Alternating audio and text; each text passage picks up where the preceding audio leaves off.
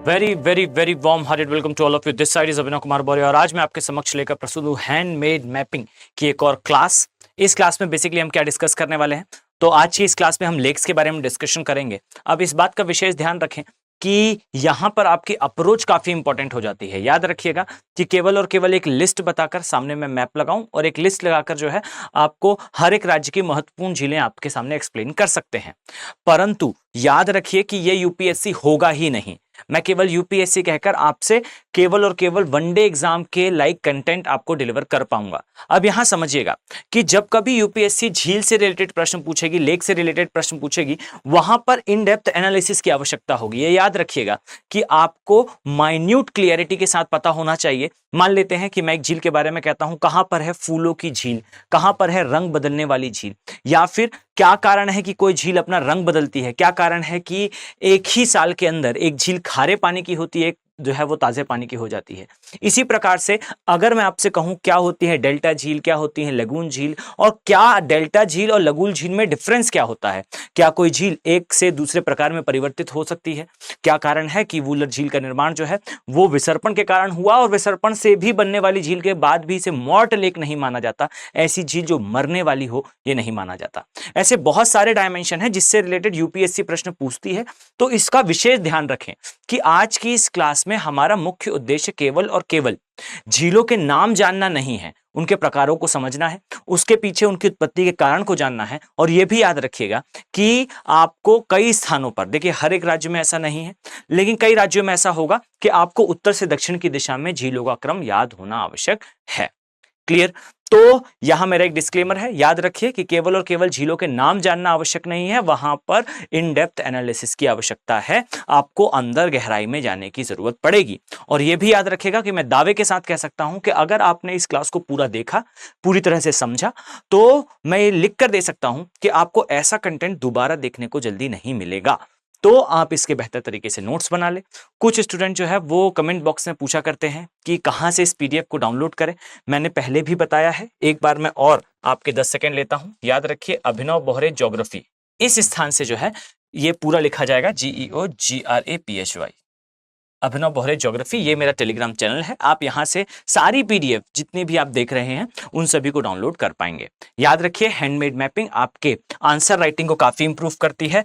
Preliminary examination आपके knowledge का test है और मेंस का एग्जामिनेशन आपके रिप्रेजेंटेशन का केस होता है। तो यहां पर याद रखिएगा कि अगर आपकी मैपिंग स्ट्रांग है तो आप हर एक आंसर बेहतर तरीके से लिख पाएंगे। और यह भी याद रखिए कि सिर्फ और सिर्फ क्लास में मैप के लिए ना आए, मैं बहुत सारा डेटा आपके साथ शेयर करूंगा, बहुत सारी इंफॉर्मेशन मैं आपके साथ शेयर करता हूं, आप उन सभी को नोट डाउन जरूर करें। क्लियर? अगर आप इसी प्रकार के वीडियोस देखना चाहते हैं तो कोशिश करें कि आप हमें थोड़ा सा मोटिवेट करें, ज्यादा से ज्यादा अपना एंगेजमेंट शो करें इस सीरीज के साथ। इससे होगा क्या कि मैं भी मोटिवेटेड फील करूंगा, हमारी पूरी टीम मोटिवेटेड फील करेगी आपके समक्ष इस प्रकार के कंटेंट को लाने के लिए। तो चलिए हम स्टार्ट करते हैं। पहली चीज तो ये समझे कि जो झीलें हैं, जो लेक्स हैं, जस्ट अ सेकेंड, जो झील है या मैं कहूं लेक्स हैं, ये कई प्रकार की होती हैं। तो पहले हम इसके प्रकारों को समझते हैं। याद रखिए कि मुख्यतः आपको 6 प्रकार की झीलें देखने को मिलती हैं। क्लियर? तो इसमें कौन कौन सी है और एक एक को डायग्राम के साथ समझेंगे। क्लियर? तो मैं अभी इसे रब करता हूं। सबसे पहले आप समझिए, एक प्रकार की झील होती है जिसे कहा जाता है, जिसे बेसिकली कहा जाता है ग्लेशियर झील या फिर हिमनद झील। याद रखिए इससे संबंधित एक डिजास्टर होता है GLOF, glaciated lake outburst flood. यानी कि ये इस प्रकार की झीलें होती हैं जिनका निर्माण तो होता है, लेकिन कई बार इनके निर्माण के बाद ये झीलें टूट जाती हैं और एक स्थान पर जो है वो बाढ़ का कारण बनती हैं। अगर मैं आपसे कहूं उत्तराखंड में आने वाली बाढ़ किसका उदाहरण थी, या फिर पहाड़ी क्षेत्रों में जो सामान्यतः बाढ़ देखने को मिलती है, जो फ्लड देखने को मिलती है, उसका कारण क्या होता है? तो उसका कारण इसी प्रकार की झीलें होती हैं। कैसे बनती हैं, क्या होता है, बहुत ध्यान से देखिए। और ये GLOF मैंने क्यों बताया आपको, तो ये याद रखिएगा कि यूपीएससी डिजास्टर मैनेजमेंट से प्रश्न पूछती है और बहुत लिमिटेड डिजास्टर होते हैं। देखिए समझिएगा इस चीज को कि यूपीएससी जब डिजास्टर मैनेजमेंट से प्रश्न पूछती है तो आपके गिने चुने ही आपदाएं होती हैं। अब उससे जब उसे प्रश्न बनाना ही है तो उस कंडीशन पे वो बहुत अंदर चली जाती है। याद रखिए ये एक बहुत ही रेयर टाइप की आपदा है, एक बहुत ही विरले दिखने वाली आपदा है, और इस आपदा से रिलेटेड प्रश्न आते हैं। वहां पर आपको इस प्रकार से जो है इसे एक्सप्लेन करना है, कैसे इसका निर्माण होता है, तो ध्यान से देखिएगा। याद रखें, ऊंचाई बढ़ने के साथ जो है वो तापमान कम होता जाता है, अर्थात जैसे जैसे टेम्परेचर कम होता है, आप पाएंगे हवा में जो उपस्थित नमी है, ये नमी वास्तविकता में क्या होती जाती है, बर्फ में बदलती जाती है, स्नो में बदलती जाती है, और ये पर्वतों की चोटियों में जाकर जम जाती है, जिसे हम हिमनद के नाम से जानते हैं। क्लियर? जस्ट अ सेकेंड, मैं इसे प्लॉट कर लूं, फिर हम इसके बारे में देखते हैं। ये आप जो देख पा रहे हैं, ये पर्वतों की चोटियां हैं। याद रखें कि आपका डायग्राम ये बताता है कि आपने अपने सब्जेक्ट के साथ कितना टाइम स्पेंड करा था, तो कोशिश करें कि आप नीट एंड क्लीन डायग्राम हमेशा बना पाएं, अन्यथा की स्थिति में आपका आंसर जो है हमेशा सतही तौर पर ही दिखाई देगा। क्लियर? इसे मैं थोड़ा एडजस्ट कर दूं जिससे आप इसे जो है वो बेहतर तरीके से देख पाएं। Just a second. अब यहां ध्यान दें, याद रखिए कि इस प्रकार की झीलों का निर्माण कैसे होता है, इसे समझने के लिए आपको पहले तो कुछ आपको बेसिक इंफॉर्मेशन पता होनी चाहिए। जैसे याद रखिए कि इस प्रकार के जो झीलें हैं उनका निर्माण तब होता है जहां पर हिमनद होते हैं, और हिमनद सामान्यतः उसी स्थान पर होते हैं जहां पर ऊंचाई ज्यादा होती है, और ऊंचाई आपको पहाड़ों पर दिखाई देती है। तो ऊंचाई बढ़ेगी, तापमान कम होगा, तापमान कम होगा तो याद रखिएगा कि होता यह है कि तापमान कम होने से हवा में उपस्थित नमी जो है वो पहाड़ों की चोटियों पर जम जाती है, जमने से हिमनद का निर्माण होता है। एक सामान्य सा लॉजिक है ये। क्लियर? अब याद रखें कि हवा कंटिन्यू चलेगी तो जो हिमनद का निर्माण हुआ वो गुरुत्वाकर्षण बल के कारण नीचे की दिशा में आना स्टार्ट होगा, और जैसे जैसे नीचे आएगा वो पिघलेगा, और पिघलने पर बड़ी नदियों का उद्गम होगा। इसीलिए आप पाएंगे कि जितनी भी बड़ी नदियां हैं उनका उद्गम जो है वो ऊंचे पहाड़ों से होता है, ऊंची पर्वत श्रेणियों से होता है। आपको दिखाई देगा कि हिमालय से गंगा का उद्गम होता है, ब्रह्मपुत्र का उद्गम होता है, और इसी क्षेत्र से पूरा तिब्बतियन वाला पार्ट ये एक वाटर शेड है। ये एक ऐसा क्षेत्र है जहां से बहुत सारी नदियों का उद्गम होता है। क्लियर? अब यहां याद रखिए कि जब कभी कोई हिमनद नीचे आता है तो इस आने की प्रोसेस में जब वो नीचे की दिशा में खसकेगा, तो देखिए अगर मैं एक स्नो की बॉल बनाकर आपको दे मारूं तो आपको बिल्कुल ऐसा ही फील होगा जैसे मैंने आपको एक कॉटन की बॉल से मारा है, अर्थात एक रुई के गोले से मारा है। लेकिन अगर मैं आइस की बॉल से मारूं तो आपको बिल्कुल वैसा ही फील होगा जैसे मैंने आपको पत्थर से हिट करा है।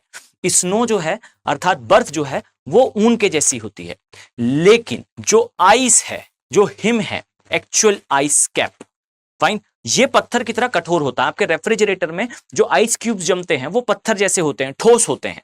याद रखें जब ये खिसकता हुआ नीचे आएगा तो अपने साथ बहुत सारा अवसाद लेकर आएगा। ये उसी प्रकार से है कि एक स्थान पर रेत बिछी हो और उस स्थान से जो है आप ईंट को या किसी पत्थर को घसीटते हुए निकालें तो पीछे का पूरा हिस्सा जो है वो हटाते हुए आगे रेत को खिसकाएगा।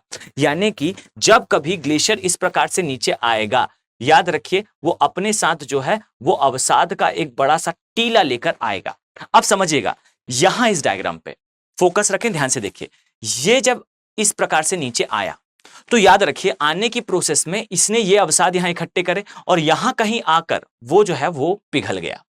क्लियर? तो पिघलने के बाद पानी इस अवसाद के बैरियर के कारण इस स्थान पर इकट्ठा हो गया और इस प्रकार से जो है इस झील का निर्माण होता है।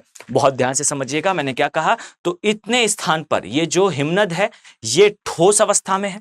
जब नीचे आया तो उसने अपने साथ अवसाद लाए, अवसादों को आगे जो है वो जमा करा। उसी प्रकार से जैसे आप एक रेत के ऊपर ईंट को खींचेंगे तो जो ईंट है उसके सामने रेत इकट्ठी होती जाएगी, उसी प्रकार से यहां पर अवसाद इकट्ठे हो गए और जैसे ये नीचे आया ये पिघल गया तो इस स्थान पर पानी जमा हो गया। इसे ही कहते हैं हिमनद द्वारा निर्मित झीलें। और ये याद रखिएगा कि जब कभी ग्लोबल वार्मिंग और क्लाइमेट चेंज होगी अर्थात वैश्विक तापमान तथा जलवायु परिवर्तन होगा, उस स्थान पर आप पाएंगे कि यहां पर जल की मात्रा तेजी से बढ़ेगी और यही बढ़ने वाली जल की मात्रा यहां सामने स्थित अवसादों की दीवारों को तोड़कर नीचे की ओर पानी अचानक प्रवाहित हो जाएगा और इसे ही कहते हैं GLOF, glaciated lake outburst flood. Clear? अब यहां याद रखने योग्य बात है कि ये जो GLOF है ये एक ऐसी स्थिति में होता है जब या तो वर्षा हो रही हो या तो बहुत तेजी से हिमनद पिघल रहे हो। क्लियर है? चलिए अब हम अपने डायग्राम पे वापस आते हैं और याद रखिए इस स्थान पर हम प्लॉट करेंगे GLOF को। याद रखिए जितना ज्यादा इंटरेक्टिव आपका आंसर होगा उतने ज्यादा संभावना होगी कि एग्जामिनर आपको extra marks they. Just a second, मैं इसे थोड़ा प्लॉट कर लूं, उसके बाद आपसे बातें करता हूं। याद रखें मेरा उद्देश्य आपके समक्ष डायग्राम प्लॉट करने का है ही इसीलिए जिससे आप बेहतर तरीके से समझ पाएं कि एग्जैक्टली आपको पेपर में इस प्रकार के डायग्राम्स को किस प्रकार से बनाना है। क्लियर? चलिए तो अब यहां ध्यान से देखिए, हम प्लॉट करते हैं यहां पर हिमनद को। ध्यान से देखिएगा, अगर मैं आपसे कहूं कुछ इस प्रकार से दिखाई देंगे हिमनद, तो ये है बेसिकली हिमनद वाला पार्ट। इसी प्रकार से इस स्थान पर भी आपको इस तरह से हिमनद दिखाई देंगे। चूंकि ऊंचाई बढ़ने के साथ तापमान कम होता जाता है, तो आपको इस स्थान पर जो है हिमनदों का निर्माण दिखेगा। कई बार इसे आइस कैप के नाम से भी जाना जाता है, परंतु आइस कैप और ये कंसेप्चुअली अर्थात धरातल पर देखें तो ये थोड़े से डिफरेंट होते हैं, परंतु अभी आप इसे इसी प्रकार से समझें, अन्यथा की स्थिति में आपको थोड़ा सा कंफ्यूजन होगा। क्लियर? अब देखिए, अगर मैं आपसे कहूं कि इन हिमनदों से कोई नदी या फिर हिमनद नीचे आते आते कुछ इस तरह से जो है वो नीचे ट्रेवल करते हुए आए, तो याद रखिए सामने जो है ये अवसादों को इकट्ठा करते हुए जो है एक बैरियर जैसी संरचना का निर्माण करेगा।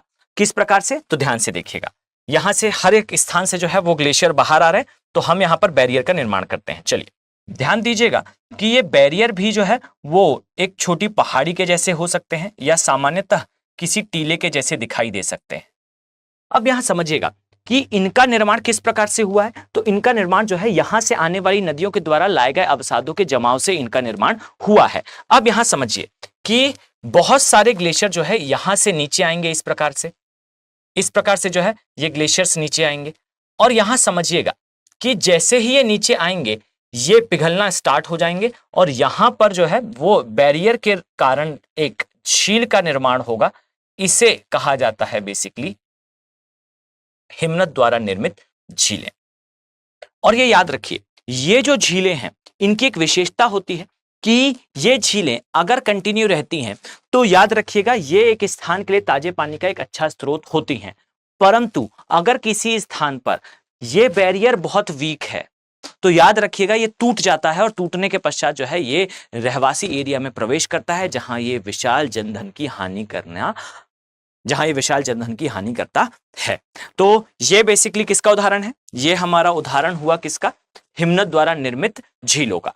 क्लियर? चलिए इसी प्रकार से एक और झील होती है, याद रखिए इसे कहा जाता है क्रेटर झील।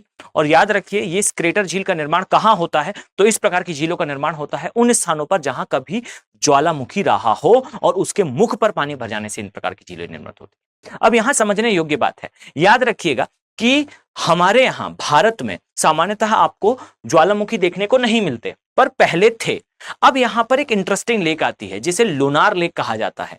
मैं इसके ऊपर डेडिकेटेड एक वीडियो बनाने के बारे में सोच रहा हूं। कारण क्या है? कारण यह है कि बीते 40 सालों से इस पर रिसर्च चल रही है। लोनार झील जो है वो ऋतु अनुसार कई बार अपना रंग बदल लेती है। कभी कभार इसके पानी के अंदर कुछ ऐसे मिनरल मिलते हैं जो पूरी पृथ्वी पर कहीं नहीं मिलते।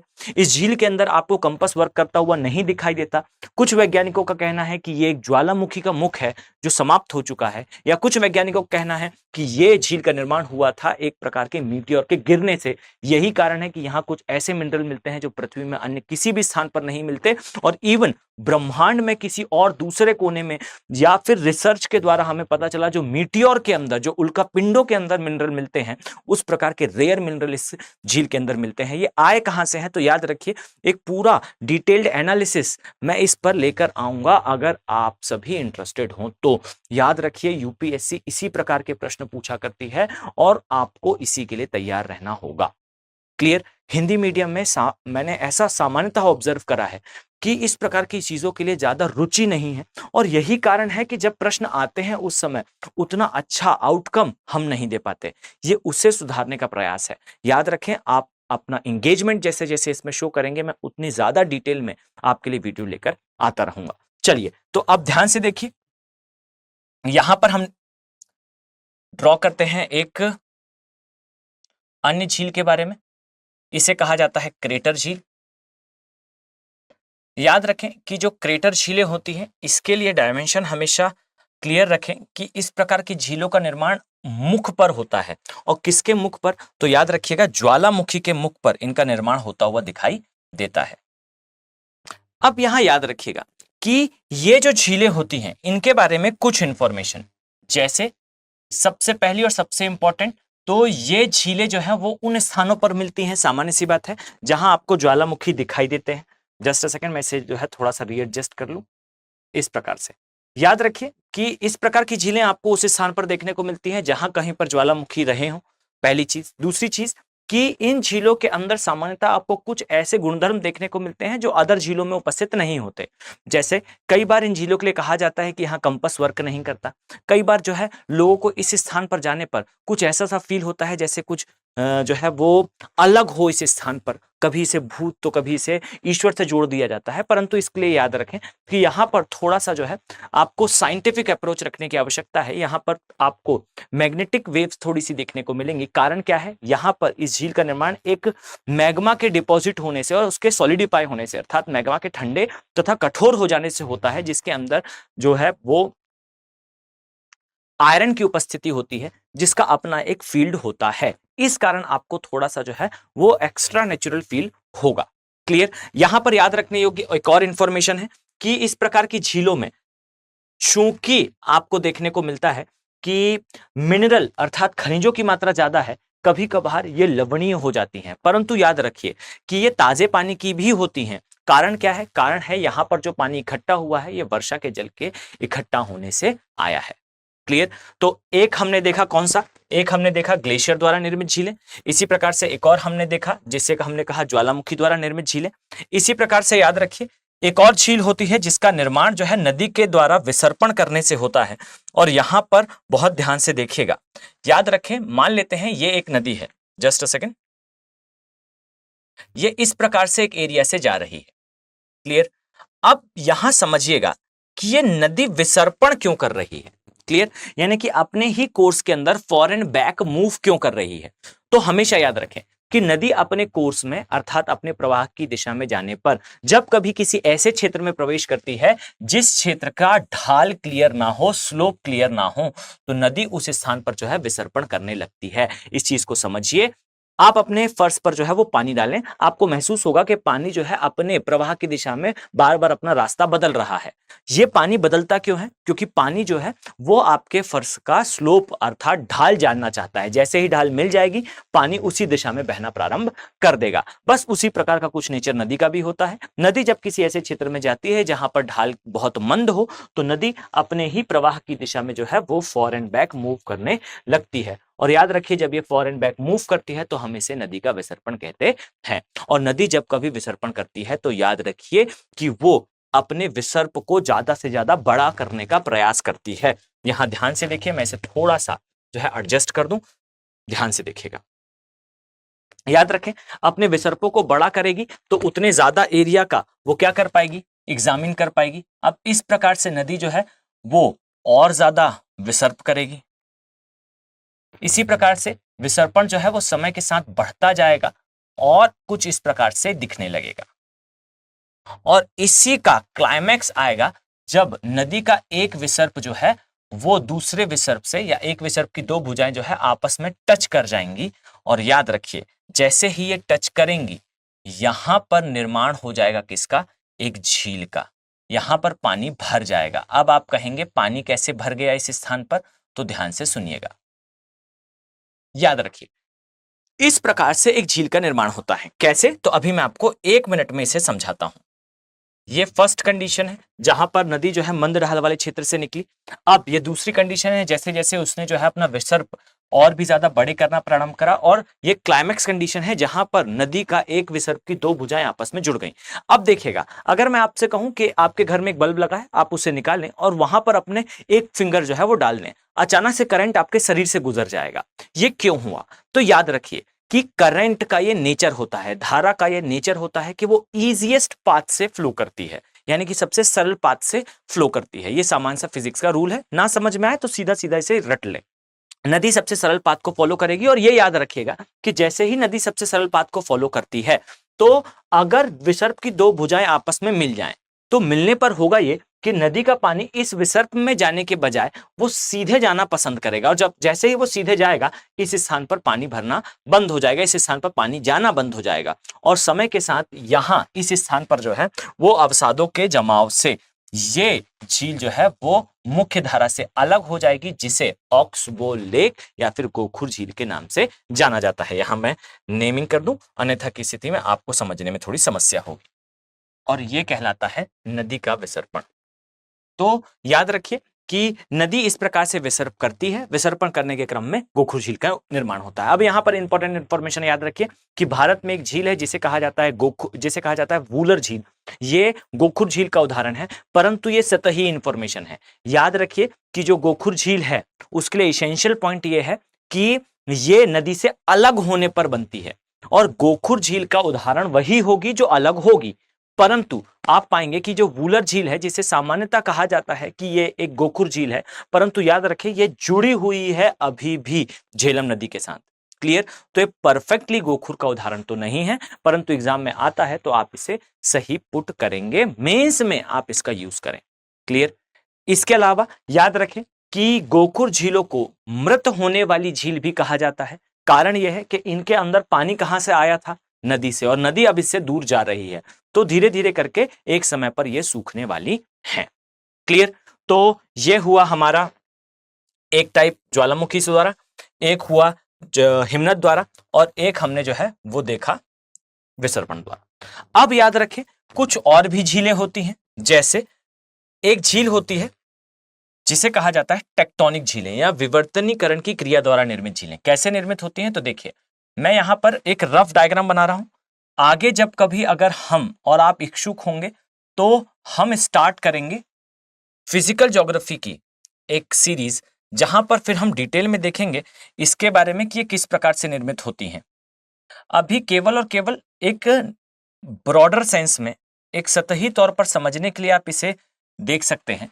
याद रखिए कि मान लेते हैं ये दो प्लेट्स हैं, या फिर ये एक ही प्लेट पर पड़ी कोई दरार है। Just a second. अब यहां याद रखिए कि मान लेते हैं ये एक ही प्लेट थी कभी, अब के समय ये टूट रही है किसी भी बल के कारण। जब आप फिजिकल ज्योग्राफी पढ़ेंगे तो आप पाएंगे कि एक होते हैं एंडोजेनिक फोर्सेस, एक होते हैं एक्सोजेनिक फोर्सेस, एक होते हैं डायस्ट्रोफिक, एक होते हैं कैटास्ट्रोफिक। अब ये जो है पटल विरूपणी कहा जाता है, इसे सुस्थैतिक बल कहा जाता है, समस्थैतिक बल कहा जाता है, अलग अलग नाम से इन्हें जाना जाता है। क्लियर?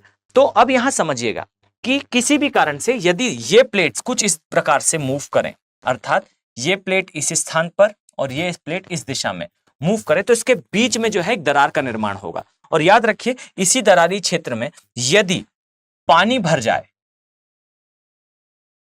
तो इसे कहा जाता है रिफ्ट या फिर भ्रंश घाटी की झीलें।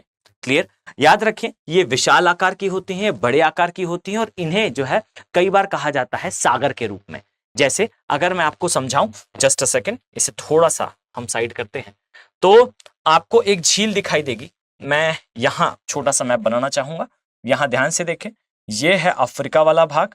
हो सकता है कुछ बच्चों को ऐसा लगे मैं इंडियन ज्योग्राफी पढ़ाते टाइम वर्ल्ड का मैप का यूज क्यों कर रहा हूं, तो बच्चे इंफॉर्मेशन है आपको याद होनी चाहिए।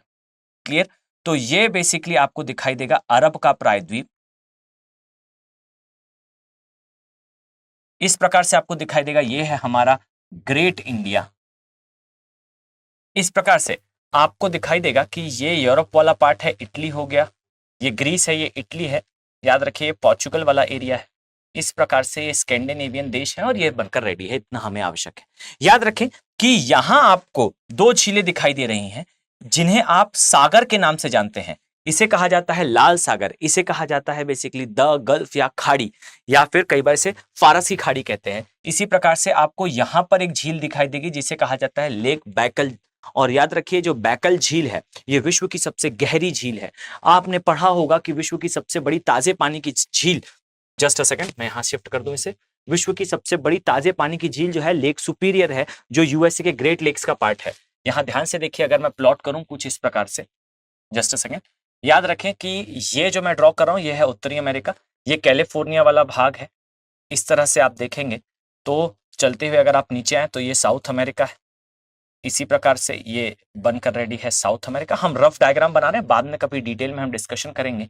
ये आपको दिखाई देगा मेक्सिको वाला पार्ट, ये गल्फ ऑफ मेक्सिको है। इस तरह से आप चलते हुए आएंगे तो ये है कैनेडियन शील्ड। और याद रखिए कटी छटी क्यों दिखाई देती है, तो आगे किसी क्लास में फिर मैं इसके बारे में आपसे डिटेल में डिस्कशन करूंगा कि ये क्यों इस प्रकार से दिखाई देती है। ये जो है ये उत्तरी अमेरिका वाला भाग है। और याद रखिए कि यहाँ पर आपको ग्रेट लेक्स दिखाई देंगी जो यूएस और कनाडा की बॉर्डर में आती हैं। क्लियर? ये 5 झीलों का समूह है। इसमें सुपीरियर, मिशिगन, ह्यूरॉन, ओंटारियो, इरे ये आती हैं, जिसमें से मिशिगन केवल यूएसए में है।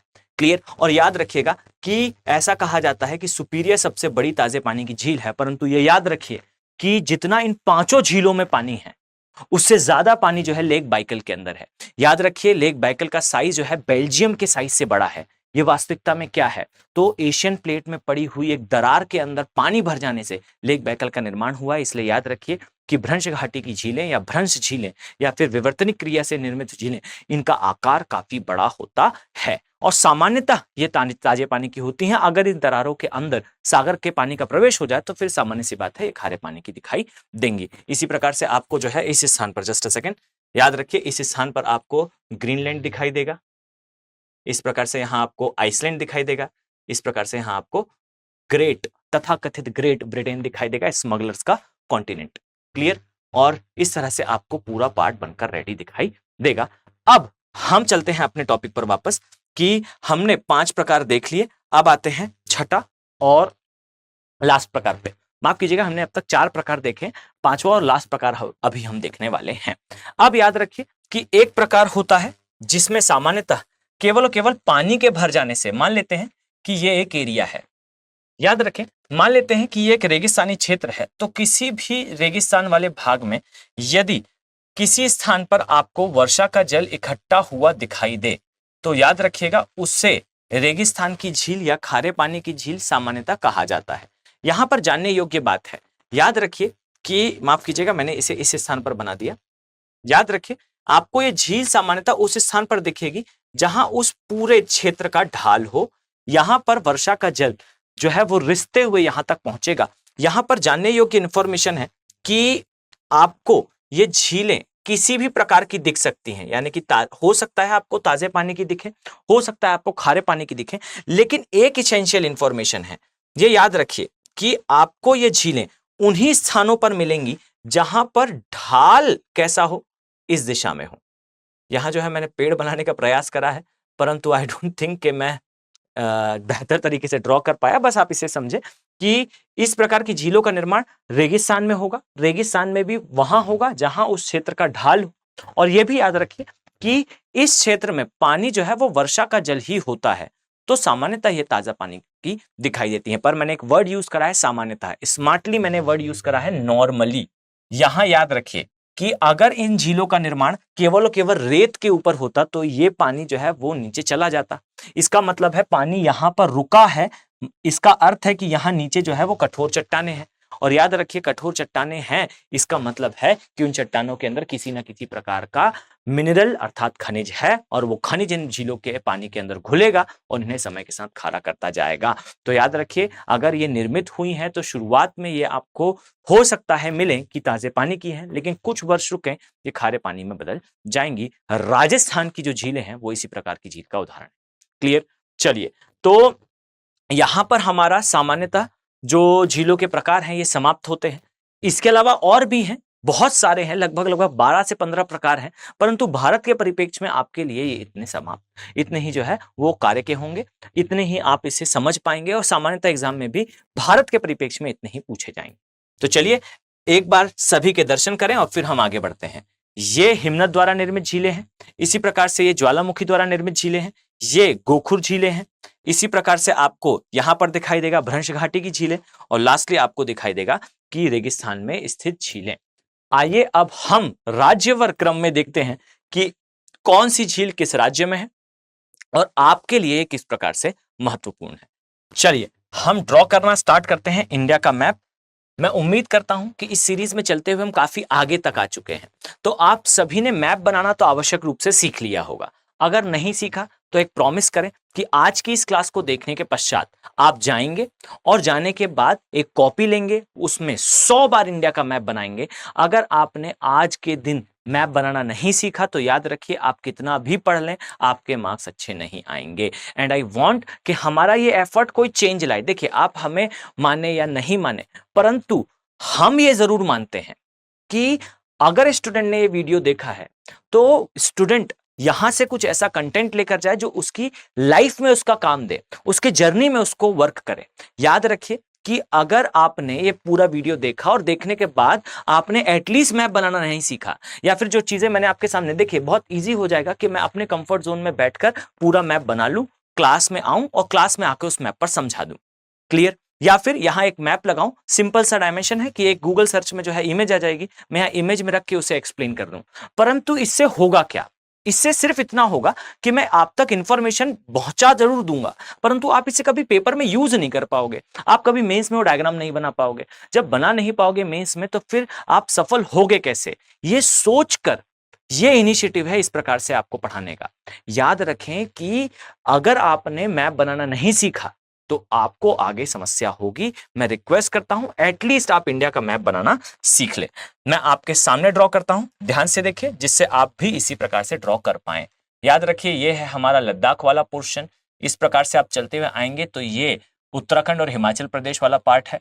इस तरह से आप देखेंगे कि ये हमारा नेपाल, ये हमारे सिक्किम वाला पोर्शन है, ये हमारा नॉर्थ ईस्टर्न पार्ट है। इसी प्रकार से चलते हुए आएंगे तो ये जम्मू कश्मीर वाला एरिया में ड्रॉ कर रहा हूँ। इसी प्रकार से राजस्थान, ये हमारा गुजरात वाला भाग, ये प्रायद्वीपीय क्षेत्र। इस प्रकार से जो है ये हमारा इंडिया बनकर रेडी है। कोशिश करें कि आप 1 या 2 स्ट्रोक में पूरा इंडिया बना लें। इससे ज्यादा अगर समय लगता है तो इसका मतलब है कि आप उसे मेंस में ड्रॉ नहीं कर पाएंगे। तो चलिए अब हम इसमें जो है वो स्टेट्स बना लें। और ये याद रखिए कि स्टेट्स बनाने के क्रम में मैं स्टेट्स की बॉर्डर ध्यान में रखकर नहीं बना रहा हूं। अर्थात ऐसा नहीं होगा कि अगर मैंने कोई 2 स्टेट की बॉर्डर आपस में मिला दी तो आप ये समझें कि उनकी बॉर्डर्स मिलती हैं। मैं केवल और केवल आउटलाइंस बना रहा हूं। यहां मेरा उद्देश्य ये बिल्कुल नहीं है कि आप ऐसा समझें कि ये इस प्रकार से बॉर्डर बनाते हैं। क्लियर? तो केवल हम राज्य की आउटलाइन ही ड्रॉ कर रहे हैं। चलिए हम ड्रॉ करना स्टार्ट करते हैं, ध्यान से देखिएगा। याद रखिए ये आपको दिखाई देगा लद्दाख वाला पार्ट। जस्ट अ सेकेंड, कुछ इस प्रकार से आपको दिखाई देगा, ये लद्दाख वाला पोर्शन है। क्लियर? यहां पर आपको दिखाई देगा ये जम्मू कश्मीर वाला एरिया है। क्लियर? इसी प्रकार से आपको इस स्थान पर, याद रखें, जस्ट अ सेकेंड, मैं इसे थोड़ा सा और छोटा कर लूं। ये जो पोर्शन है, याद रखें कि ये वाला स्टेट आपको दिखाई देगा हिमाचल प्रदेश के नाम से। इस प्रकार से आपको यहां पर दिखाई देगा ये उत्तराखंड है। क्लियर? इसी तरह से याद रखिएगा कि ये वाला जो पार्ट है ये आपको दिखाई देगा पंजाब के नाम से। यहां आपको दिखाई देगा ये स्टेट है हरियाणा के नाम से, यहीं आपको दिल्ली भी दिखाई देगा। क्लियर? इसी तरह से याद रखें कि ये जो क्षेत्र है ये आपको राजस्थान के नाम से दिखाई देगा। इसी प्रकार से यहां आपको जो है वो गुजरात राज्य दिखाई देगा। इसी तरह से आप चलते हुए आएंगे तो यहाँ आपको, मैंने पूरे 28 राज्यों की मार्किंग कराई है, तो यहाँ आपको महाराष्ट्र दिखेगा। और जिन्होंने नहीं देख रखा है, मेरी रिक्वेस्ट है कि आप जाकर जरूर देखें उस मार्किंग को, अदरवाइज आपको समझ में नहीं आएगा कि कौन सा राज्य कहाँ है। इस प्रकार से आपको गोवा दिखाई देगा। जस्ट अ सेकेंड, इस स्थान पर आपको गोवा दिखाई देगा। इस तरह से आपको कर्नाटका वाला पोर्शन दिखाई देगा। याद रखें ये वाला भाग जो है ये केरल का एरिया दिखाई देगा। इसी तरह से आपको यहाँ पर तमिलनाडु दिखाई देगा। इस स्थान पर, जस्ट अ सेकेंड, इस स्थान पर आपको आंध्र प्रदेश दिखाई देगा। इस स्थान पर आपको उड़ीसा दिखाई देगा। इस स्थान पर आपको उड़ीसा दिखाई देगा। तथा ये मैंने ड्रॉ करा सिक्किम। यहां से चलते हुए आप आएंगे तो ये हो गया हमारा वेस्ट बंगाल। क्लियर? इस तरह से आपको बीच वाले क्षेत्र में आपको तेलंगाना दिखाई देगा। और याद रखिएगा जो तेलंगाना है ये भारत का एकमात्र दक्षिण राज्य है जो स्थलरुद्ध है, इसकी कोई भी तटीय सीमा नहीं है। क्लियर? अब इस तरह से आपको यहां पर एमपी दिखाई देगा। जस्ट अ सेकेंड, यहां पर आपको छत्तीसगढ़ दिखाई देगा। और याद रखिए ये जो बचा वाला पार्ट है यहां आपको बिहार दिखेगा, ये आपको झारखंड दिखेगा, और जो रिमेनिंग पोर्शन है ये आपको बाय डिफॉल्ट यूपी दिखाई देगा। इसी प्रकार से याद रखिए कि आपको यहाँ इस स्थान पर दिखाई देगा अरुणाचल प्रदेश, ये है नागालैंड, ये है मणिपुर, ये है मिजोरम, बचा वाला भाग है त्रिपुरा, अंदर है असम, और बचा हुआ पार्ट है, अंदर वाला पार्ट है मेघालय, बचा वाला पार्ट है असम। अब याद रखिए कि मैंने यहाँ एक एक स्टेट के रिस्पेक्ट में आपको सारी मार्किंग्स बताई हैं। यहां याद रखना होगा आपको कि सबसे पहली चीज कि कौन सा राज्य है जो केवल ऐसे कितने राज्य हैं भारत में जो केवल और केवल एक राज्य के साथ सीमा बनाते हैं, तथा वो 3 अंतरराष्ट्रीय सीमा बनाते हैं। इस प्रकार के प्रश्न यूपीएससी को काफी पसंद है। मैंने आपको बताया है कि सिक्किम जो है केवल और केवल एक राज्य के साथ सीमा बनाता है, जो आपको दिखाई देगा वेस्ट बंगाल, और 3 अंतरराष्ट्रीय सीमा है, एक है नेपाल, एक है भूटान और ऊपर आपको दिखाई देगा चाइना। इसी प्रकार से अरुणाचल प्रदेश भी जो है वो 3 देशों के साथ सीमा बनाता है, एक भूटान है, एक चाइना है और एक म्यांमार है। इसी प्रकार से लद्दाख आपको दिखाई देगा अफगानिस्तान के साथ, जी हां, पीओके वाले रास्ते से अफगानिस्तान के साथ, चाइना के साथ सीमा बनाता है। इसी प्रकार से याद रखिएगा कि ये जो क्षेत्र है, अफगानिस्तान हो गया, चीन हो गया, और यहां पर बाय डिफॉल्ट पाकिस्तान तो है ही। इसी प्रकार से आपको बहुत सारे ऐसी राज्यों की सीमा से संबंधित प्रश्न दिखाई देंगे जो आपके लिए महत्वपूर्ण है। सिविल सेवा परीक्षा उनसे प्रश्न करती है, और मेरी आपसे ये विनती है कि आप लोग एक बार जाके 28 राज्यों की मैपिंग मैंने कराई है, आप वहां जाकर एक बार इसे देख लें। क्लियर? और याद रखिए कि आपको प्रीवियसली जितने भी वीडियोस हैं, आपको उन्हें एक एक करके एटलीस्ट फास्ट लगाकर आप उन्हें देख जरूर लें। उसमें इंफॉर्मेशन है और वो इंफॉर्मेशन आगे यूजफुल रहेगी। क्लियर? तो इस प्रकार से जो है हमने 28 राज्यों को मार्क करा। अब हम एक एक राज्य की झील के बारे में देखना प्रारंभ करते हैं। याद रखिए कि लद्दाख में आपको 4 झीलें दिखेंगी। एक ये झील है, याद रखिए इस झील को जो है सतपारा झील के नाम से जाना जाता है। क्लियर? इसके नीचे आएंगे तो याद रखिए यहां पर आपको जो है वो पेंगोंग सो झील दिखेगी, फिर आपको एक और झील दिखेगी और नीचे एक और झील मिलेगी। यहां ये उत्तर से दक्षिण का क्रम है, आपको इसे क्रम से याद करना आवश्यक है। नाम मैं यहां पर मेंशन करता हूं, ध्यान से देखिएगा। याद रखें, एक झील है जिसे कहा जाता है सतपारा झील। इसी प्रकार से याद रखिए इसे कहा जाता है पेंगोंग सो झील। इसी प्रकार से याद रखिए एक और झील है जिसे कहा जाता है, जिसे सोकारा के नाम से जाना जाता है, और लास्टली है, क्लियर, तो ये लद्दाख में आने वाली झीलों का नाम है। याद रखिए आपको क्रम से इसे याद रखना चाहिए। क्लियर? इसी प्रकार से याद रखिए कि आपको कुछ और झीलें भी दिखाई देंगी जो जम्मू एंड कश्मीर में आती है। याद रखें कि आपको इस प्रकार से मार्क करना है। सबसे ऊपर आपको जो है वो दिखाई देगी वूलर झील। क्लियर? इसके पश्चात याद रखिएगा नीचे आएंगे तो आपको एक और झील दिखेगी जिसे दल लेक के नाम से जाना जाता है, और इसी प्रकार से इस स्थान पर याद रखिए एक और झील दिखेगी जिसे मानसर के नाम से जाना जाता है। क्लियर? मैंने पहले आपको बताया है वूलर झील जो है वो ऑक्सबो लेक अर्थात गोखुर झील का उदाहरण है।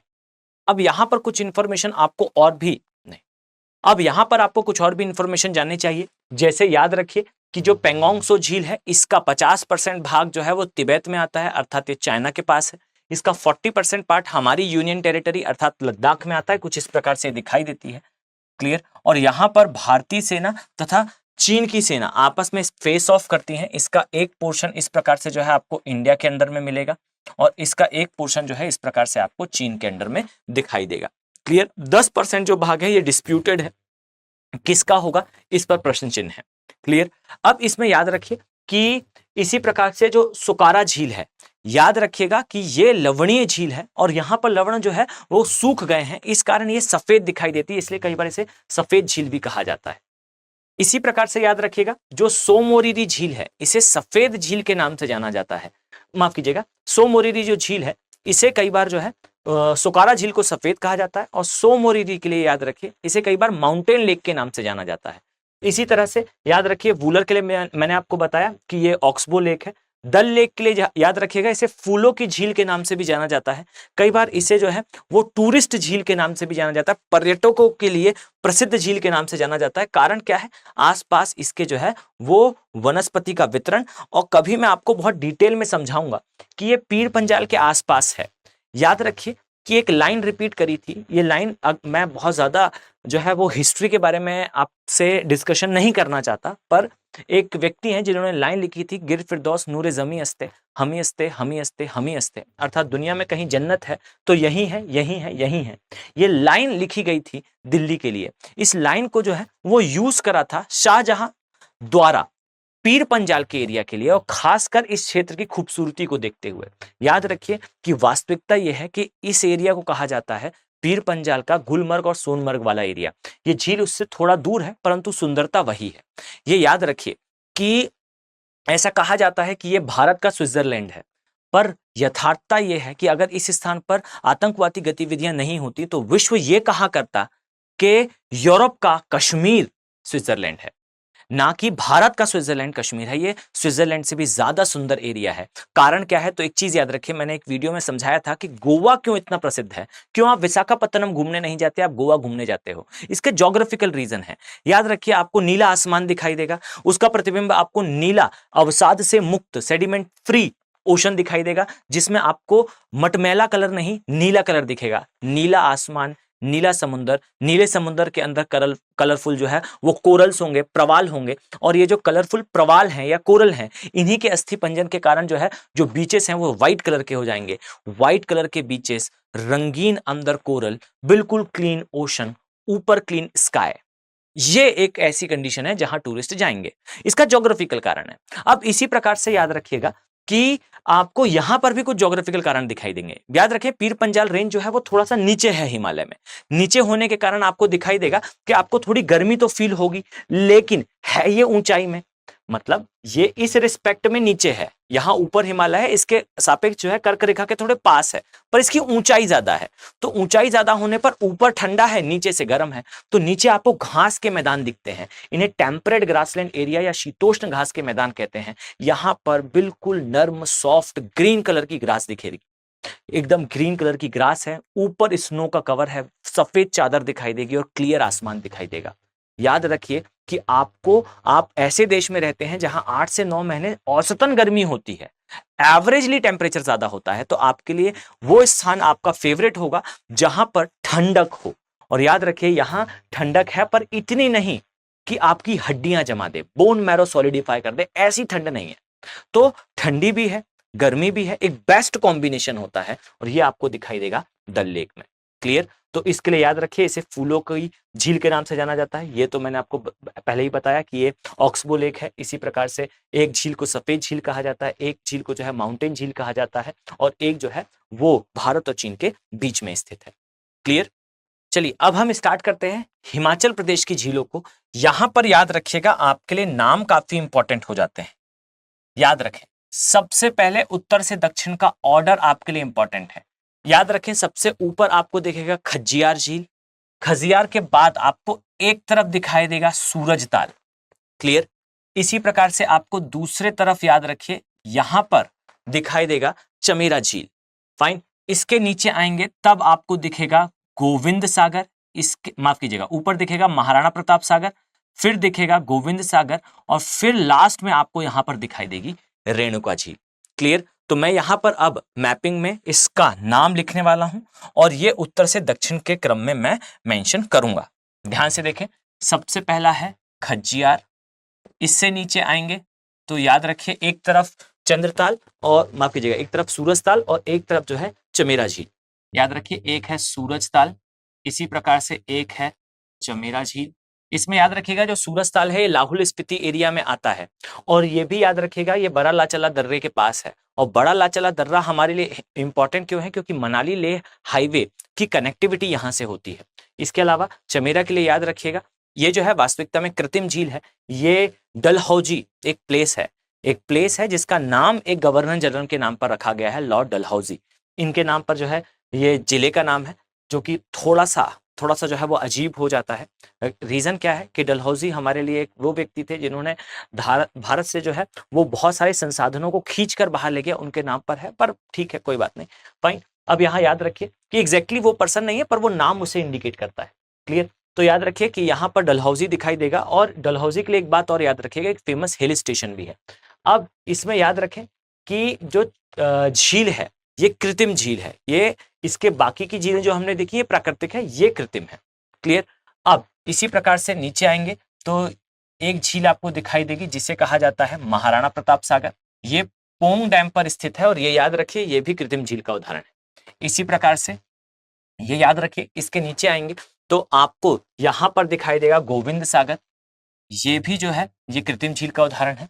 और लास्टली आपको दिखाई देगा ये है रेणुका, ये देवी रेणुका के नाम पर इस झील का नाम रखा गया है। क्लियर? तो ये हिमाचल प्रदेश की प्रमुख झीलें हैं।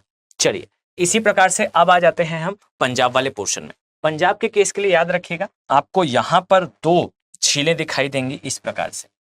एक है ऊपर दिखाई देगी जिसे कहा जाता है कंजली झील,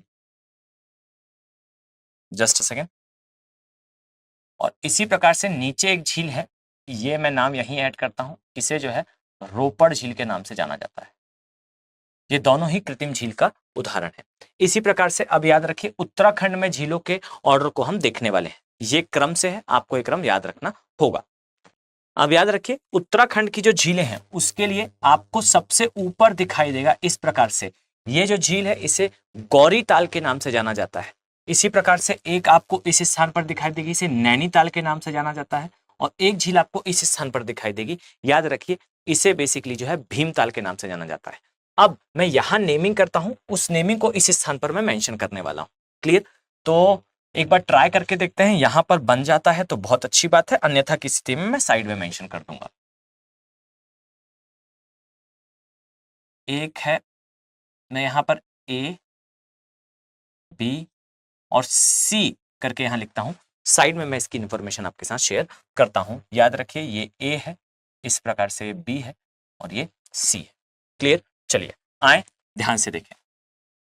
सबसे पहले आपको दिखाई देगा ये है गौरी, ये है गौरी का ताल, या फिर कई बार इसे गौरी कुंड के नाम से भी जाना जाता है। अब यहां पर मैं आपको बी जो है वो नैनीताल है, और सी याद रखिएगा ये है भीमताल। अब देखिए आपको ये इंफॉर्मेशन इजीली समझ में नहीं आएगी, और कितना भी आप रटे आपको कभी भी ये इंफॉर्मेशन सिंक इन नहीं होगी। क्लियर? यहां याद रखिए जो गौरी ताल है इसके लिए इंफॉर्मेशन याद रखिएगा कि गौरी ताल ना बेसिकली आपको दिखेगा गढ़वाल हिमालय में। ठीक है, ये जो लॉर्ड शिवा हैं उनकी वाइफ के नाम पर गौरी ताल आपको दिखाई देगा। माफ कीजिएगा मैंने यहां पर इंडिकेट थोड़ा सा गलत करा है, मैं इसे राइट कर दूं, जस्ट अ सेकेंड। याद रखिए ये वाली जो झील है ये आपको दिखाई देगी कहां पर? गढ़वाल हिमालय में। अब याद रखिए जो नैनीताल है और भीमताल है ये आपको कुमाऊं हिमालय में दिखाई देगी, और कुमाऊं हिमालय की सबसे बड़ी झील जो है वो भीमताल झील है। क्लियर? तो भीमताल सबसे बड़ी है, नैनी और भीमताल दोनों आती कुमाऊं हिमालय में ही है। क्लियर है? अब इसमें एक चीज और याद रखिएगा कि जो भीमताल है वो इस दिशा में है, क्लियर, और जो नैनीताल है वो पूर्व की दिशा में है। ये प्रीवियसली पूछा गया प्रश्न है। क्लियर? तो इसे थोड़ा सा अपने माइंड में सेटल डाउन रखिएगा। तो मैं नाम के साथ आपको पीडीएफ में ये सारे नेमिंग आपको अवेलेबल करा दूंगा, चाहे तो मैं इसे यहां पर मेंशन कर देता हूं। हिमाचल प्रदेश इस स्थान पर, just a second, Himachal Pradesh के लिए यहां आपको दिखाई देगा एक। ये चलिए अब यहां मैप पर वापस आते हैं, ध्यान से देखिए। याद रखिए इसी प्रकार से आपको हरियाणा वाले क्षेत्र में और राजस्थान वाले क्षेत्र में झीलें दिखाई देंगी। अब यहां ध्यान देने योग्य है कि हरियाणा वाले जो क्षेत्र है यहां पर जो झीलें हैं उसका क्रम आपको उतना ज्यादा याद नहीं करना है, केवल और केवल नाम आपको याद रखने हैं। याद रखिए कि आपको हरियाणा में दो झीलें दिखेंगी। क्लियर? एक को कहा जाता है बड़खल झील। क्लियर? इसी प्रकार से एक और झील है, याद रखिए इसे कहा जाता है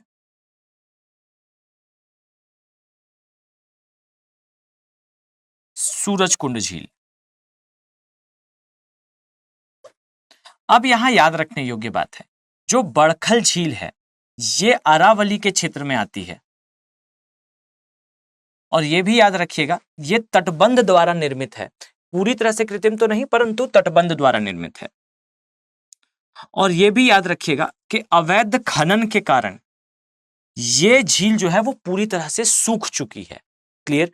इसी प्रकार से सूरज कुंड के लिए याद रखिएगा कि इसे सूरज झील के नाम से भी जाना जाता है। और इसी प्रकार से ये याद रखिए कि ये जो झील है ये हमारे लिए महत्वपूर्ण क्यों हो जाती है, क्योंकि जो तोमर वंश के राजा हैं सूरजपाल, उनके द्वारा ये निर्मित थी। और ये याद रखिएगा कि ये झील इसीलिए भी इंपॉर्टेंट है क्योंकि तेंदुए के संरक्षण के लिए एक कॉरिडोर बनाया गया था। ये झील उस कॉरिडोर वाले एरिया में आती है, इसीलिए हमारे लिए महत्वपूर्ण हो जाती है। क्लियर? अब आ जाए, अब हम देखते हैं राजस्थान की झीलों के बारे में। ध्यान से देखिएगा, जस्ट अ सेकेंड, मैं इसे थोड़ा सा एडजस्ट कर लूं। चलिए, तो अब ध्यान से देखिए, राजस्थान में जो झीलें हैं, एक आपको दिखाई देगी, जस्ट अ सेकेंड, मैं इन्हें मार्क कर लूं। अब राजस्थान वाली झीलों के लिए याद रखिएगा, सबसे ऊपर आपको इस स्थान पर ध्यान दें, मैं यहां मेंशन करता हूं राजस्थान के लिए, जस्ट अ सेकेंड, याद रखिए। राजस्थान में एक दिखेगी आपको सांभर झील, ये सबसे ऊपर दिखाई देगी। क्लियर? इसके बाद याद रखिए, सबसे नीचे आपको दिखाई देगी इस प्रकार से, सबसे निचले भाग में, इसे कहा जाता है देवर झील। इसके पश्चात याद रखिए, एक दिखाई देगी आपको राजसमंद झील, और इसके अलावा एक आपको दिखाई देगी पुष्कर झील। क्लियर? तो सबसे ऊपर नॉर्थ में, सबसे नीचे अर्थात साउथ में, ये आपको याद रखना है। अब इन झीलों के बारे में बहुत सारी इंफॉर्मेशन आपके साथ शेयर करने वाला हूं, बहुत ध्यान से समझिएगा। याद रखिए कि जो सांबर झील है, इसके अलावा एक और झील दिखती है, हमारे लिए अभी इंपॉर्टेंट नहीं है क्योंकि मैं इसके बारे में पहले भी डिस्कस कर चुका हूं और आने वाली क्लासेस में डिस्कस करने भी वाला हूं। यहाँ केवला देव एक झील है, ये रामसर साइट में आती है। रामसर कन्वेंशन 1971 में स्टार्ट हुआ था। रामसर एक प्लेस है, और याद रखिए आर्द्रभूमि क्षेत्र अर्थात झीलों के संरक्षण के बारे में बात करता है। इसमें जानने योग्य इंफॉर्मेशन है कि मॉन्ट्रियक्स रिकॉर्ड अर्थात वो आर्द्रभूमि क्षेत्र जो अतिशय संकटग्रस्त हैं, उनके लिए एक अलग लिस्ट बनाई जाती है जिसे मॉन्ट्रियक्स रिकॉर्ड के नाम से जाना जाता है। और याद रखिए, मॉन्ट्रियक्स रिकॉर्ड में भारत के केवल 2 प्लेस आते हैं। आर्द्रभूमि क्षेत्र में भारत के 75 एरिया आते हैं, और मॉन्ट्रियक्स रिकॉर्ड में अर्थात बहुत ज्यादा क्रिटिकली एंडेंजर्ड जो एरिया है वो 2 हैं। एक है लोकटक झील, जिसे मैं अभी नॉर्थ ईस्ट के लिए बनाऊंगा। इसके अलावा एक झील और भी है जिसे केवला देव के नाम से जाना जाता है। अब याद रखिए कि जो सांबर झील है ये नॉर्थ में आपको दिखाई देगी। इसके लिए याद रखिएगा कि यह भारत की सबसे बड़ी अंतरस्थलीय खारे पानी की झील है, पहला डायमेंशन। दूसरा डायमेंशन याद रखिएगा कि यहां पर आपको बहुत सारे प्रवासी पक्षी भी आते हुए दिखाई देंगे।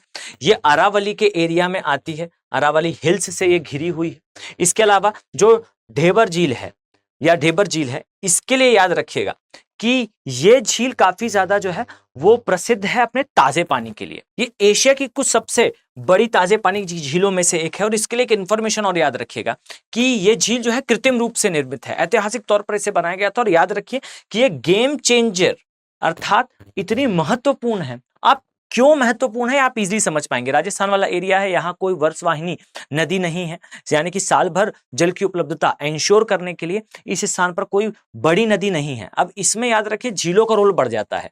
लेकिन राजस्थान के साथ एक प्रॉब्लम है कि इस एरिया में जो झीलें हैं वो खारे पानी की हो जाती हैं, क्योंकि रेत में पानी रुकेगा नहीं, और रुका मतलब नीचे चट्टान है और चट्टान के अंदर खनिज है, और खनिज मिल जाएगा पानी में तो पानी हो जाएगा लवणीय। तो यहां याद रखिएगा कि जो देवर झील है ये काफी महत्वपूर्ण हो जाती है। इसके अलावा राजसमंद झील, ये याद रखिए राणा राज द्वारा इसका निर्माण कराया गया था। क्लियर?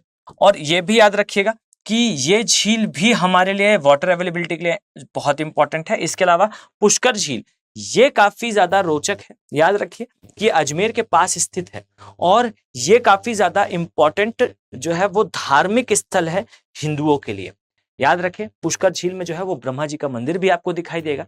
और इसी प्रकार से बहुत सारे अदर डायमेंशन भी हैं झील के। मेरी आपसे एक रिक्वेस्ट है कि आप एक बार जाकर इसके बारे में थोड़ा सा रीड करें। बहुत सारी ऐसी डायमेंशंस हैं जो आपको इसके बारे में जानने चाहिए, परंतु चूंकि ये झील वाले चैप्टर से रिलेटेड नहीं है इसलिए मैं अभी इसके बारे में डिस्कशन नहीं कर रहा हूं, पर इसे याद रखिएगा। इसके अलावा एक और जो है वो लास्ट 2 सालों से इस एरिया के करंट अफेयर से रिलेटेड एक इंफॉर्मेशन है, बहुत ध्यान से समझिएगा। याद रखें कि किसी भी एरिया में, ध्यान से देखिएगा, इस प्रकार से अगर मैं आपसे कहूं कि ये एक झील है, और याद रखिए कि झीलें आज के समय भारत में एक जैविक मरुस्थल के रूप में परिवर्तित हो रही हैं। कारण क्या है? झीलें जो है वो वास्तविकता में एक केंद्र होती हैं। किस चीज का? टूरिस्ट का। और अब याद रखिए कि टूरिस्ट आएंगे तो वे बेपरवाह तरीके से उस स्थान पर अपना कचरा छोड़कर जाएंगे। झीलों में वो कचरा तैरेगा, और तैरने पर वो एक स्थान पर इकट्ठा होगा। याद रखिए इसे गार्बेज पैच के नाम से जाना जाता है, अर्थात कूड़े से निर्मित एक थक्का जो झील के बीच में बन जाता है। अब इस चीज को अपने माइंड में बेहतर तरीके से जो है वो सेटल डाउन कर लें कि किसी भी आर्द्र भूमि क्षेत्र में, किसी भी जलाशय में अगर आप कचरा डालते हैं तो समय के साथ वो कचरा एक स्थान पर एकत्रित हो जाता है, और जब भी एकत्रित हो जाएगा, ये याद रखिएगा कि गार्बेज पैच सनलाइट को ब्लॉक कर देता है। आप समझिएगा कि पानी का एक तंत्र होता है, बहता हुआ पानी ताजा होता है। कारण यह होता है कि पानी बहने के साथ, आपने ये स्टेटमेंट सुना होगा, नहीं सुना तो इसे नोट डाउन कर ले अपनी कॉपी में, कि अगर कोई नदी बहना प्रारंभ करती है और 3 किलोमीटर बिना उसमें कचरा डाले आप उसे अकेला छोड़ दें, तो 3 किलोमीटर के एरिया में बहता हुआ पानी अपने कचरे को अपने अंदर से निकाल देगा, पानी को साफ कर लेगा। क्लियर? परंतु हम 3 किलोमीटर भी नदी को अकेला नहीं छोड़ते। अब नदी बहते हुए फॉर्म में अपने अंदर के अवसाद को, अपने अंदर गंदगी को साइड कर लेती है। अब झीलें कैसे करती हैं? तो झीलों का भी अपना एक तंत्र होता है, उस तंत्र को हम डिस्टर्ब कर देते हैं। कैसे डिस्टर्ब कर लेते हैं? तो कभी और मैं आपको बताऊंगा कि झीलें अपना जल कैसे जो है वो साफ करती हैं। वो साफ करती हैं अपने जो है वो आसपास के एरिया में जो जल भराव के कारण कीचड़ वाले एरिया का निर्माण होता है, जो दलदली क्षेत्र का निर्माण होता है, वो जो है वो इस झील की किडनी की तरह कार्य करता है। कोई भी मछली या कोई भी जीव जब मरने वाला होता है तो वो खुद ब खुद इस कीचड़ वाले एरिया में आकर मृत होता है, जिससे पानी कभी गंदा नहीं होता। परंतु हम जब आए तो झीलों को क्या बना लिया? झीलों को बना लिया टूरिस्ट हॉटस्पॉट। अब जब भी ये टूरिस्ट हॉटस्पॉट होंगे, जब भी ये टूरिस्ट हॉटस्पॉट होंगे, तो याद रखिए टूरिस्ट हॉटस्पॉट होने के कारण आपको दिखाई देगा कि इस स्थान पर जो एरिया है आर्द्र भूमि का, जो दलदली एरिया है, उसे कॉन्क्रेटाइज कर दिया जाएगा। कॉन्क्रेटाइज करने के बाद होगा क्या कि चूंकि वहां पर अब आर्द्र क्षेत्र नहीं है, चूंकि वहां पर दलदल नहीं है, जीव वहीं जो है उनकी डेथ होगी, वहीं डेथ होगी तो उनकी बॉडी भी वहीं डिकम्पोज होगी, उसका अपघटन होगा और कार्बन डाइऑक्साइड गैस निकलेगी। अब इसके साथ याद रखिए कि जब हम इसमें और कचरा डालते हैं तो ये एक पैच बना लेता है। ध्यान से देखिए, थोड़ा सा मैं इसे क्लीन कर दूं जिससे आप बेहतर तरीके से इसे समझ पाए। याद रखिएगा, जस्ट अ सेकेंड, यहां पर एक पैच बन जाता है। अब ये पैच क्या करता है? ये इस पूरी झील को जो है एक जैविक मरुस्थल में बदल देगा। कैसे बदल देगा? तो ध्यान से सुनिए, एक डेथ साइकिल चलाएगा। कैसे होती डेथ साइकिल? तो देखिए, गार्बेज पैच बना तो जो सनलाइट आएगी वो सनलाइट अंदर तक पेनिट्रेट नहीं कर पाएगी, अर्थात अंदर तक पहुंच नहीं पाएगी। अंदर तक नहीं पहुंच पाएगी तो यहाँ जो वनस्पति हैं उनकी डेथ हो जाएगी, और जैसे ही इसकी डेथ होगी, याद रखिएगा, इस वनस्पति के मृत्यु के पश्चात इसकी जो बॉडी है वो डिकम्पोज होगी, अर्थात अपघटित होगी, और अपघटित होने पर किसी भी चीज के अपघटन में सामान्य तौर पर कार्बन डाइऑक्साइड का उत्सर्जन होता है। तो इसकी डेथ हुई तो कार्बन डाइऑक्साइड निकली, और कार्बन डाइऑक्साइड निकली, साथ में ये ऑक्सीजन निकालते थे, अर्थात ऑक्सीजन भी नहीं निकली। जो ऑक्सीजन ये मिला देते थे पानी में, अब ऑक्सीजन का मिलना बंद, कार्बन डाइऑक्साइड का स्तर बढ़ना स्टार्ट। अब इससे क्या होगा? इस जल के अंदर जो उपस्थित छोटे जीव हैं, जो मछलियां हैं, इनकी मृत्यु होगी। मृत्यु होने के पश्चात इनकी बॉडी भी डिकम्पोज होगी, और डिकम्पोज होने पर और ज्यादा क्या निकलेगी? Carbon dioxide. वनस्पति खत्म हुई, वनस्पति खत्म होने पर ऑक्सीजन निकलना बंद, कार्बन डाइऑक्साइड निकलना शुरू। जीव की मृत्यु हुई, जीव की मृत्यु होने से क्या हुआ? और ज्यादा कार्बन डाइऑक्साइड निकली, और धीरे धीरे करके पूरा पानी जो है वो काले कलर में बदलता जाएगा। अब यहां समझिएगा कि यहां तक की स्टोरी कहलाती है जैविक मरुस्थल की स्टोरी। अब इससे यूपीएससी प्रश्न कैसे पूछेगा? तो याद रखिए कि आज से कुछ वर्ष पहले एक बहुत ही दर्दनाक दृश्य था, जहां पर आपको दिखाई देगा कि राजस्थान की कुछ झीलों के आसपास पंछी जो है वो हवा में उड़ रहे थे, और उड़ने के पश्चात वो नीचे गिर जा रहे थे। अखबार में एक खबर आई कि जो गवर्नमेंट ऑफ इंडिया है उन्होंने झील के आसपास इस प्रकार से फेंसिंग लगा रखी थी। फाइन, अब इस फेंसिंग में पक्षी के फंस जाने से उसकी मृत्यु हो गई, परंतु यथार्थता ये नहीं थी। याद रखिएगा कि चूंकि झील के अंदर का पानी के अंदर कार्बन डाइऑक्साइड की मात्रा ज्यादा थी, तो याद रखिए कि आपको करंट से अपडेटेड रहना है। इस पानी के अंदर एक बैक्टीरिया जन्म लेता है जिसे कहा जाता है, जिस बैक्टीरिया को कहा जाता है बेसिकली क्लोस्ट्रोडियम। क्लियर? और ये जो क्लोस्ट्रोडियम है, याद रखिए, क्लोस्ट्रोडियम युक्त पानी जब कोई पंछी पी लेता है या उसकी बॉडी में प्रवेश करता है तो एक बीमारी होती है उसे, जिसे कहा जाता है एवियन ब्यूटिलिज्म। और याद रखिए, जो एवियन ब्यूटिलिज्म है ये एक कमजोरी की बीमारी है पक्षियों में, और इसमें होता यह है कि पक्षी उड़ते समय कमजोरी के कारण जो है वो नीचे गिर जाते हैं और उनकी मृत्यु हो जाती है। तो ये एक पूरी साइकिल है जो राजस्थान में और भारत में कई स्थानों पर, जहां पर झीलों के अंदर गार्बेज पैच है, इवन आपके घर के आसपास भी कोई झील है, और अगर आपको वहां पर कचरा दिखाई दे रहा है जो तैर रहा है और एक थक्के का, एक बड़े से पैच का निर्माण कर रहा है, तो याद रखिए कि उस पानी के नीचे एक डेथ साइकिल चल रही है, वहां के जीव मर रहे हैं लगातार। कारण क्या है? कारण यह है कि सनलाइट नहीं जाएगी, सनलाइट नहीं जाएगी तो यहाँ के जो घास है वो समाप्त हो जाएगी, घास समाप्त हो जाएगी तो और कार्बन डाइऑक्साइड निकलेगी, जिसके यहाँ जीव समाप्त होंगे, और जीव समाप्त होंगे तो और कार्बन डाइऑक्साइड निकलेगी, और ये carbon dioxide end of the day वहां उपस्थित पक्षियों को, बर्ड्स को समाप्त कर देगी, बीमारी लाएगी, इवन बुटुलिज्म, बैक्टीरिया लाएगी, क्लोस्ट्रोडियम। क्लियर? इसे नोट डाउन कर लें। जब कभी आपको ह्यूमंस के द्वारा यानी कि मानव द्वारा प्रकृति के क्षरण के ऊपर या प्रकृति के डिग्रेडेशन के ऊपर कोई प्रश्न दिखाई देता है, आपको उस स्थान पर इस डेटा को पुट करना है। This is a 24 carat gold data, आपके आंसर को बहुत ज्यादा एनरिच कर देगा। चलिए आगे बढ़ते हैं, ध्यान से देखिए। याद रखें कि राजस्थान वाले पार्ट के बाद आपको मध्य प्रदेश में कुछ झीलें दिखाई देंगी, इसमें आपको भोजताल इसेंशियली मार्क करना है। याद रखिए भोजताल जो है ये मध्य प्रदेश में आता है और ये भोपाल के पास स्थित है, जो मध्य प्रदेश की राजधानी है। इसी प्रकार से याद रखिए कि कुंवर झील आपको बिहार में दिखाई देगी, ये बिहार में जल की उपलब्धता इंश्योर करने के लिए इंपॉर्टेंट झील है। क्लियर? ये भी इंफॉर्मेशन याद रखिए कि कई बार इसे कंवर झील के नाम से भी जाना जाता है। जस्ट अ सेकंड, मैं यहां मेंशन कर दूं। याद रखिए बिहार के लिए यहां पर एक झील है जिसे कुंवर या कई बार कंवर झील कहा जाता है। क्लियर?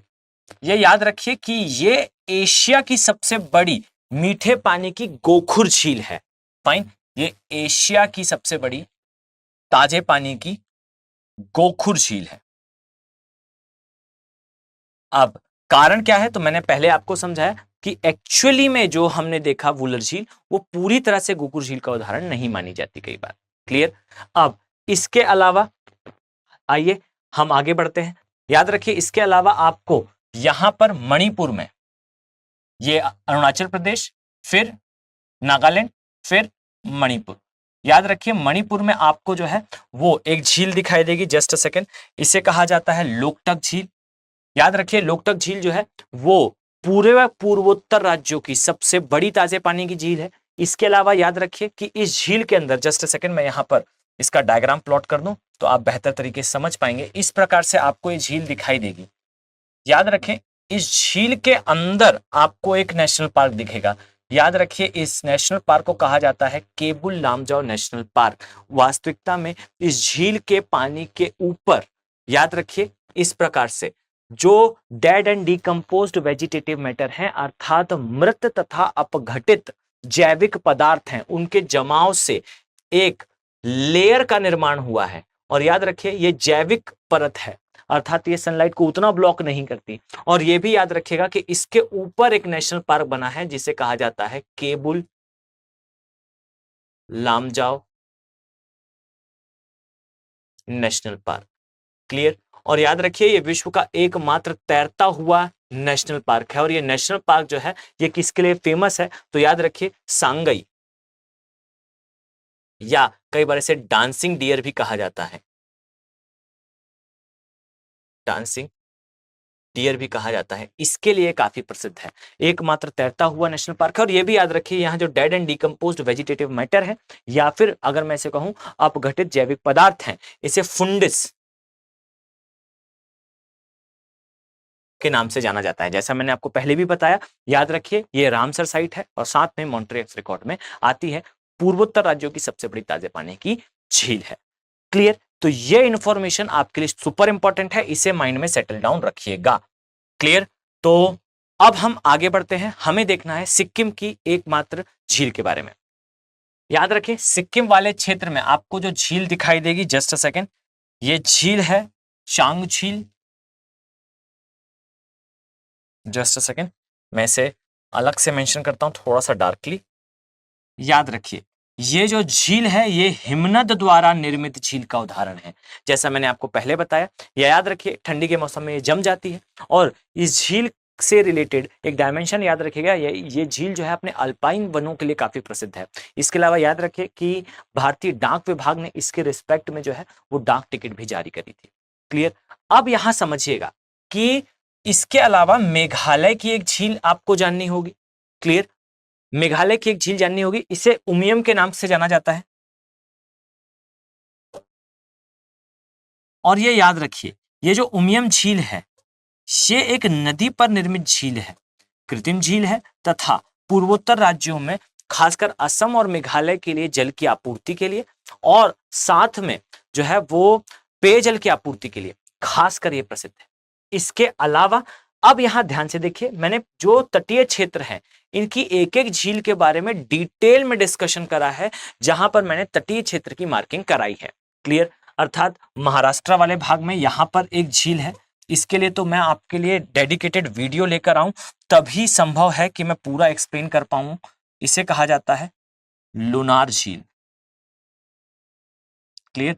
अगर आप चाहेंगे, आपका इंटरेस्ट होगा, तो डेफिनेटली मैं इससे रिलेटेड प्रश्न आपके लिए, इसके रिलेटेड डेडिकेटेड वीडियो आपके लिए लेकर आऊंगा। क्लियर? तो लोनार झील के बारे में हम, महाराष्ट्र वाली है, इसे अलग से देखेंगे। इसके अलावा कौन कौन सी झील कर्नाटक में आती हैं, कौन कौन सी झीलें जो हैं वो केरल में दिखाई देती हैं। जैसे अगर मैं एक शॉर्ट मैनर में अगर आपको बताना चाहूं तो याद रखिए, आपको दो झीलें दिखाई देंगी। एक को कहा जाता है वेम्बनाथ झील, एक को कहा जाता है अष्टमुंदी झील।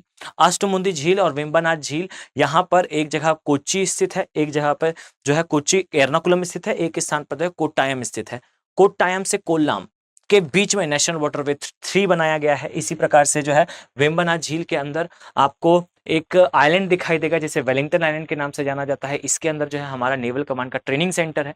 इसी प्रकार से आपको इसमें दो नदियां अपना जल विसर्जित करती हुई दिखाई देंगी। ये दोनों ही जो है लगून झीलों का उदाहरण है। लगून झीलें कैसे निर्मित होती हैं ये भी मैंने डिटेल में समझाया है। याद रखिए, यहाँ पर दो नदियां पेरियार और पंबा ये अपना जल विसर्जित करती हैं, इसलिए इसकी लवणता थोड़ी कम है एज कंपेयर टू अष्टमुंदी झील। अब ये सारी चीजें मैंने जो है वो कोस्टल एरिया वाले चैप्टर में, जहां पर मैं तटीय क्षेत्र की मैपिंग कराई है, वहां कवर कर रखी है। आप लोग वहां से देख सकते हैं।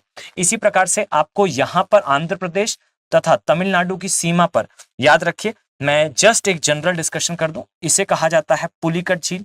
याद रखें, ये पुलिकट झील जो है ये आंध्र प्रदेश और तमिलनाडु की सीमा में आती है। ये याद रखिए कि पुलिकट झील के अंदर आपको जो है वो दिखाई देगा इसरो का श्रीहरिकोटा सैटेलाइट लॉन्चिंग सेंटर, जिसे Satish Dhawan satellite launching centre के नाम से जाना जाता है। इसी प्रकार से याद रखिए कि आपको एक और झील यहां पर दिखाई देगी, जिसे बेसिकली कहा जाता है कोलेरू झील। ये डेल्टा झील का उदाहरण है। याद रखिए कि ये पहले एक प्रकार की जो है वो लगून झील ही थी। समय के साथ अवसादों के भर जाने से, क्योंकि यहाँ पर गोदावरी और कृष्णा नदी अपने डेल्टा का निर्माण करती है, ये थोड़ी सी पीछे शिफ्ट हो गई। इसी कारण इसे डेल्टा झील के नाम से जाना जाता है। क्लियर? इसी प्रकार से आपको यहाँ पर भी एक झील दिखाई देगी, जिसे चिल्का झील के नाम से जाना जाता है। मैंने डिटेल में इसके बारे में डिस्कशन करा है। चिल्का लेक के नाम से जाना जाता है। मैंने बहुत डिटेल में बताया है कि चिल्का झील के अंदर जो है एक नलबाना द्वीप है, जहां मंगल जोड़ी वाइल्ड लाइफ सेंचुरी है, बर्ड सेंचुरी है, माफ कीजिएगा।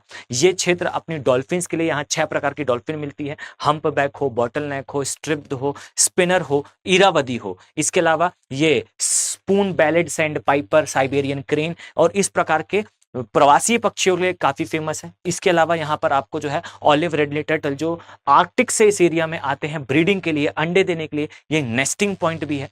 इसके अलावा याद रखिएगा कि यहाँ पर आपको अनूप वन अर्थात मैंग्रोव वनों का विस्तार दिखाई देता है, जो वास्तविकता में ब्रीदिंग रूट सिस्टम का एग्जाम्पल है। ये पूरा मैंने कोस्टल एरिया की मैपिंग में डिटेल में डिस्कशन करा है, प्लीज जाकर इसके बारे में देखें। क्लियर? अब यहां याद रखिए, इसी प्रकार से यहां पर एक नदी अपना जल भी विसर्जित करती है, जिसे दाया के नाम से जाना जाता है। जो रिवर है काफी ज्यादा हिस्टोरिकली इंपॉर्टेंट है। अशोका का हृदय परिवर्तन इसी नदी के किनारे हुआ था, कलिंग वाले एरिया में। ये सारा कुछ मैंने उस वीडियो में डिस्कस करा है, आप वहां जाकर इसे कवर कर सकते हैं। क्लियर? अब तेलंगाना में आपको 3 झीलें दिखती हैं। याद रखिए, इनका नाम केवल आपके लिए इंपॉर्टेंट है। याद रखिए, ये उस्मान सागर है, एक हिमायत सागर है और एक हुसैन सागर है। क्लियर? तो ये 3 झीलें आपको इस स्थान पर दिखती हैं। आपको याद रखना है कि कौन सी जो है वो किस राज्य में आती है। दैट्स इट, बहुत ज्यादा डिटेल करने की आवश्यकता नहीं है। आई होप बच्चों आपको ये सीरीज पसंद आ रही होगी, आप इसमें इंटरेस्ट ले रहे होंगे। देखिए, अगर आपने यहाँ तक इस वीडियो को देखा है, आप सभी परेशान हो चुके होंगे। रोज मैं जो है जाते समय रिक्वेस्ट करके जाता हूँ। देखिए, मुझे पता है कि अगर आप एक सीरियस एस्पिरेंट है और उस वीडियो को यहाँ तक देख रहे हैं, इसका मतलब है कि आप सफल जरूर होना चाहते हैं। आप इतना समय सिर्फ एंटरटेनमेंट के लिए नहीं दे सकते। तो समझिए, मैं आपसे रिक्वेस्ट करूंगा, एक चीज तो है कि इसे ज्यादा से ज्यादा शेयर करें। रीजन ये है कि ये एक ओल्ड स्कूल मेथड है, लिख लिख कर पढ़ाना ये थोड़ा सा बोर हो जाता है, इसमें एफर्ट भी ज्यादा लगते हैं। एनिमेशन के द्वारा या फिर एक चार्ट लगाकर उसे समझाना ज्यादा इजी भी हो जाता है और बच्चे को ज्यादा पसंद भी आता है। क्लियर? देखिए, लेकिन ये कभी भी आपके मेंस पॉइंट ऑफ व्यू से इंपॉर्टेंट नहीं होता। ये केवल और केवल आपके समझ विकसित करने के लिए, आपका इंटरेस्ट डेवलप करने के लिए बहुत अच्छी अप्रोच है, पर आप इसे कभी बना नहीं पाएंगे। तो ये बनाकर पढ़ना ये थोड़ा सा जो है वो टफ भी है, लेकिन ज्यादा यूजफुल भी है। तो मेरी आपसे रिक्वेस्ट है कि अगर आपको ये पसंद आ रहा हो, आपका इंटरेस्ट हो, तो इसे ज्यादा से ज्यादा शेयर करें, ज्यादा से ज्यादा शेयर करें, और हो सके तो आप हमारे साथ एडवांस बैचेस में, P2I बैचेस में हमारा पार्ट बने। चलिए मिलते हैं नेक्स्ट वीडियो में। Have a very nice day. Thank you.